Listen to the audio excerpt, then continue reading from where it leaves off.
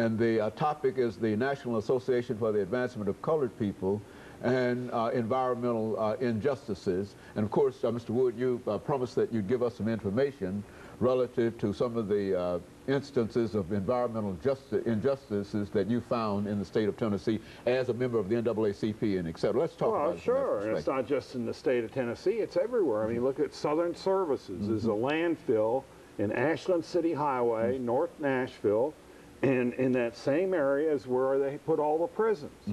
Well, go to Belmead. There's no landfill and there's no prisons. Well, that's there's no accidents, you know. I mean, that's what happens. And again, that's what I said, that's how we got involved with the NAACP. Every pollution we fought, there were black people and minority and poor people being polluted. And so that's led us to the NAACP, and they are a national.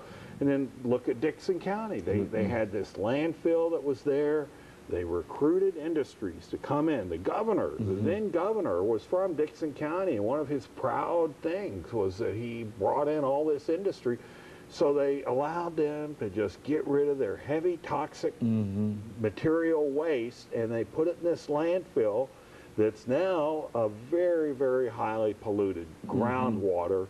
It's a 75-acre landfill, but the pollution is spread out 3 miles. And who lived there?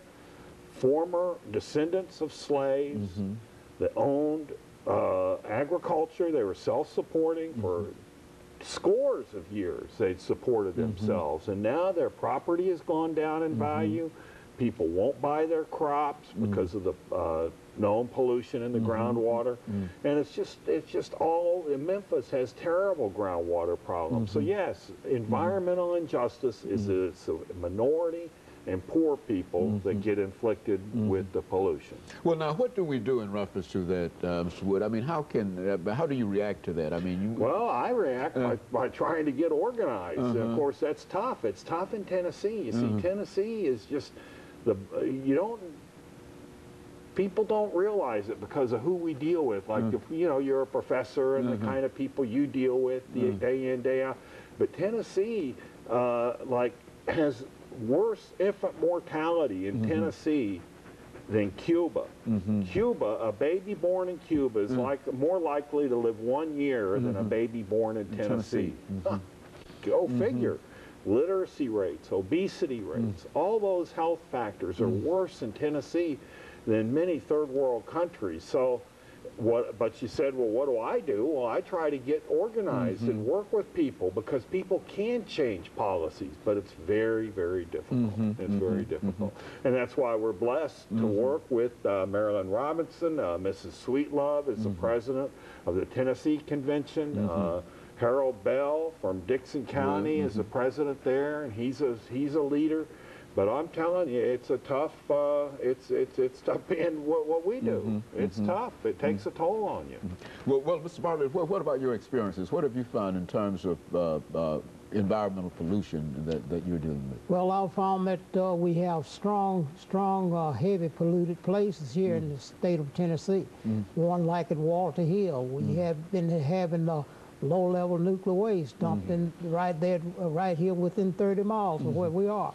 And not only this, we've had this problem down at Dixon where all the chemicals are washed into the well water where people drink and all of.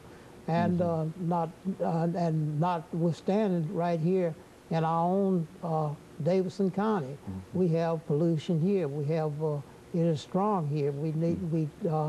And our drinking water, as well as in our air pollution and all this kind of thing. See, as a matter of fact, the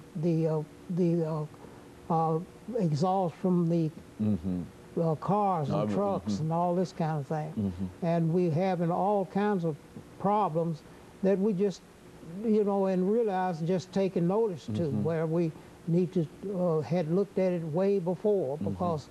As Mr. Wood said, we have an opportunity to clean up a lot of this pollution that we have, and I would say that this is where we stand in it, as we need to do it for our children and our grandchildren and all this kind of thing, because I've hit the age that I've just about wore out time on Earth, but you know, we got to look in the future for the ones that to come. And it's just been a blessing to meet you, Dr. Henry, and we thank you for the work that you've been doing for our neighborhood people and all this kind of thing. And thank you for being here today. Very good. You know, and Mr. Wood, you know, when you talk about landfills and et cetera, you were also connected with the incinerator project. Right. Why don't you talk about that for the next 2 minutes? Well, that's how we got started. I mean, I'll tell you, our group burnt, and then we work with the NAACP as an independent group. We're in our 20th year.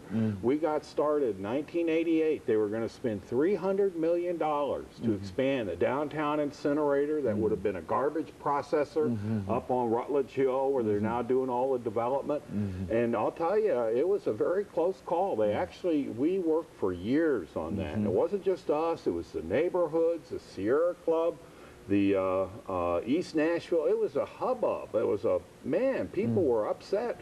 But get this, Doctor, this is a very interesting thing with American history and how politics and power, they had the vote to pass it. They had a 1-vote margin. And then Mr. Guy Bates, the Metro councilman, who was also in charge of the incinerator committee, he said, there's just too much turmoil, too much uncertainty. I'm going to defer this indefinitely. And man, the whole room exploded. It was a national issue. They had people from across the nation. They were going to get the Nashville incinerator and then like dominoes, go get some more. And so it was a big decision. And that was a $300 million thing. And now look at the commercial real estate in downtown Nashville. And I'll tell you, people say that that was our group that stopped that. Of course, it was the other people.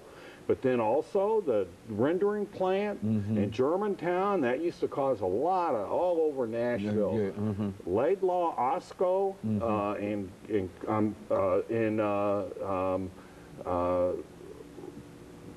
Cockrell Bend, that we stopped that. And then there's, so that's one of the things Burnt has done is that we shut down the chronic polluters, and that helps the commercial real estate. Very good. Of course, we've got about a half a minute before the end of this particular segment here, Mr. Wood and Mr. Bartlett.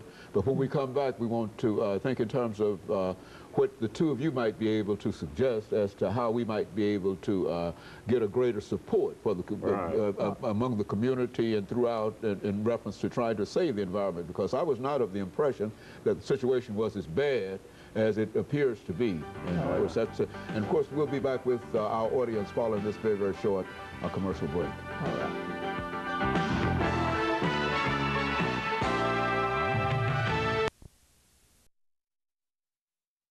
Mr. R.C. Bartlett.